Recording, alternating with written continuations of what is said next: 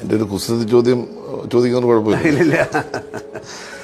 ഞാൻ ഈ മോഹൻലാൽ എന്ന് പറയുന്ന ആളിനെ പിന്നെ 2018 നേരിട്ട് വിളിക്കാമെന്ന ലൂസിഫർ സിനിമ വണ്ടി അങ്ങ് ഓർമ്മയുണ്ടാവും. അങ്ങ് വളരെ എന്താ പറയുന്നത്, ഈ കർട്ടന് പുറകെ നിൽക്കാൻ ആഗ്രഹിക്കുന്ന ഒരാളാണ് എനിക്ക് തോന്നുന്നു.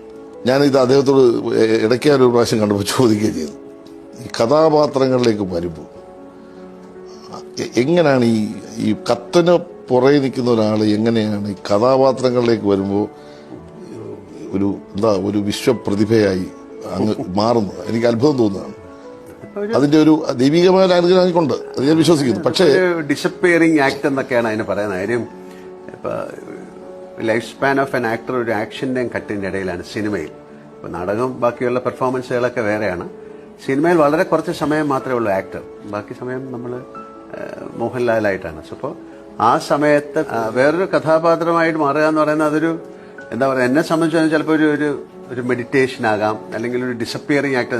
മോഹൻലാൽ എന്ന് പറയുന്ന ആൾ മാറ്റി നിർത്തിയിട്ട് വേറൊരാളായിട്ട് അപ്പോൾ അപ്പിയർ ചെയ്തിട്ട് വീണ്ടും നമ്മൾ തിരിച്ചു പോകും.